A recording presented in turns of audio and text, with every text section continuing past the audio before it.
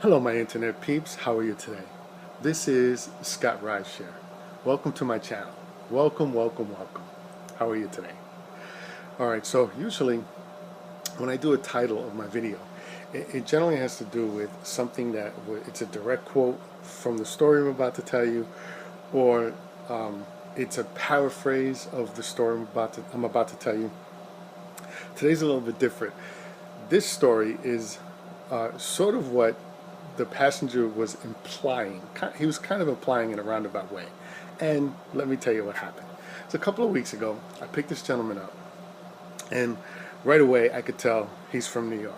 And just as right away people could tell I'm from New York. So we're driving and we start chit-chatting, and it's not a long ride. It's a short, very short ride, just, I don't know, 5 minutes, something along those lines.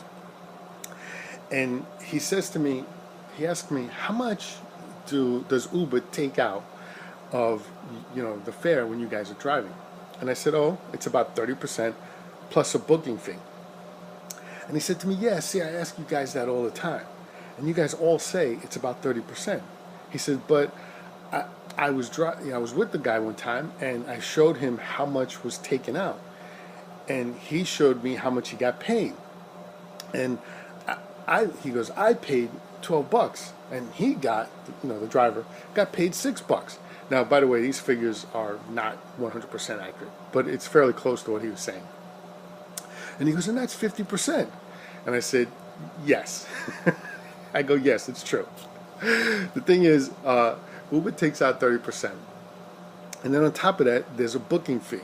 So when you have longer rides, that booking fee, the fee that's being taken out, the percentage drops. Okay, shorter rides, the percentage rises. As the ride gets shorter, the larger that percentage is that gets taken out. This is on Uber.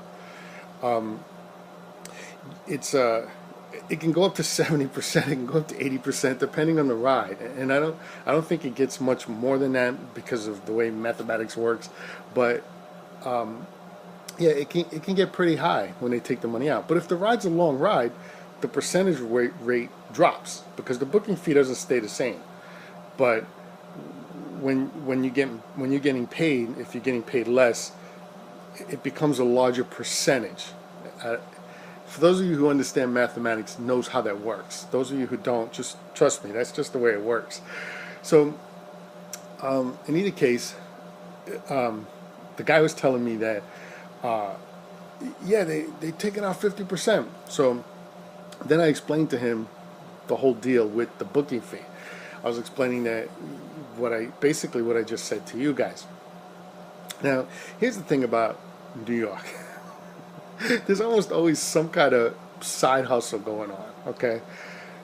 You got a ton of people in a small space, and there's all sorts of dealings going on, okay? And I'll give you an example. I left New York in '95, so it's been a long time since I've been there. But I do remember they used to have what they called gypsy cabs. Now, the term gypsy cabs is not meant to be derogatory in any way, but it's basically essentially gypsies kind of don't follow the law of the land. Like when they, whatever land they happen to be in, they're kind of doing their own thing, amongst the people. They kind of just don't follow the laws of the land, whatever it is, okay? And what the gypsy cabs used to do is they would drive up and down the bus route, and they would say, hey, you guys want to get in? And they would charge the people that were waiting there for a bus the same amount as the bus fare. Now, if you're a passenger, what happens is you end up riding in a car instead of a bus for the same amount of money. And you're being picked up at your bus stop and dropped off at your bus stop. And what happens is, depending on how big the car is, it could be pretty jam-packed or it could be pretty light. Usually it's jam-packed because the guy was almost always trying to get more people in. And it's better though than getting on the bus, because the bus you're probably standing there, you got the pole in front of you here, and some person's breathing in your face and somebody's pressing up against you in your back. If you've never ridden a bus during New York rush hour, then you don't know what I'm talking about. But those of you that have, you understand. In either case, these are the types of, there's almost always some kind of side hustle going on. So this car just drives up, says, tells people to get in, they get in, and he takes off, and then they hand him the money while he's driving. It's kind of hard unless you're actually standing there as an undercover cop to bust these people, because it just happens so fast. And there's so much of things like of that nature going on, where it's unregulated, they don't pay taxes, the whole 9 yards. All right. So in either case, the guy's now telling me that he was a little confused. He didn't understand something, and he was saying what he does is, he's doing a ride now, and he says, I'd tell people to just wait for me for like 2 or 3 minutes, maybe 5 minutes, and then take me back, and I'll just give them $10, and they don't have to report it for taxes. Now, understand what he did. He never actually said to me, hey, I'll give you a ride. You wait for me, and I'll pay you $10 if you just take me back. He never actually said that. What he was doing was telling me what he's told other riders. And then he's like, I don't understand. These guys don't want to take me up on this offer. Now, understand that he's paying less, right? It's $2 less, but it's less, or whatever it is. But he's paying less, so it's good for him. And whatever driver takes him up on this offer has just got more money for the same amount of work that he just did. So I kind of said to him, if somebody doesn't say to me directly, hey, you want to wait for me? I'll pay you $10 to take me back. If you don't say that to me directly, I'm not going to volunteer for stuff like that. I really don't. But I think that's what he's doing. I think he was trying to solicit to see if I would say, yeah, I'll do it. Instead, what I told him was that a lot of people down here, because law enforcement is different down here than it is up in New York, a lot of people down here don't want to get busted, because we as drivers will just get kicked off the platform. And he was like, oh, yeah. So I chopped him off, and I took off. And like a minute after, I'm sorry, I also told him that I think what drivers are also scared of is that the time that they're sitting there waiting for you, they could get another ride. There could be another ping that comes along, and it could be a lot more money than the, $5, whatever it was that they just made. It would be a lot more. And he's sitting there, and he's like, yeah, okay. So we get to the bus to his stop, and he gets out, and I said, see you later, take care, bye, and he leaves. All right. And I got the impression he was a little disappointed that I didn't take him up on his offer. But like as I was pulling out of where he was, I got another ping, and it was for the same amount of money as if I had waited. Now, it's true, I'm going to have to report that on my taxes, where his, I wouldn't have to report on the taxes. But at the same time, I wasn't, you have a tendency as a driver to think, what are the money am I not making? Now, different people are going to make different decisions on different things. And I get quite a few people saying, hey, you want to take me to the airport tomorrow? And, my basic problem is that, what people don't understand about these things is that I have to turn off my app to get to you.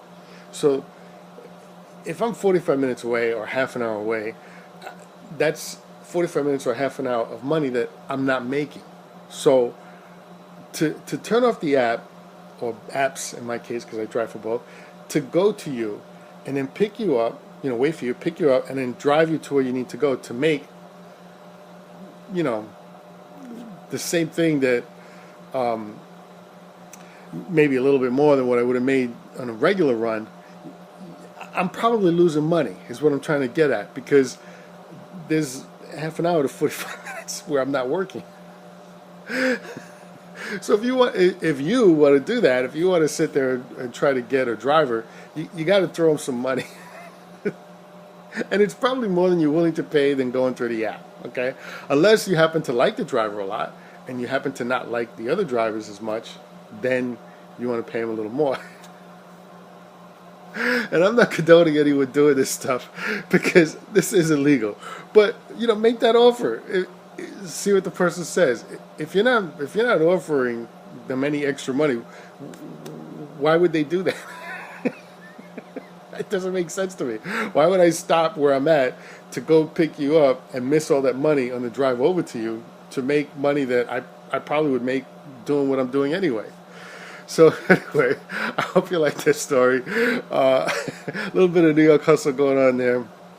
And the guy was kind of implying that, people who don't take him up on that deal is kind of stupid.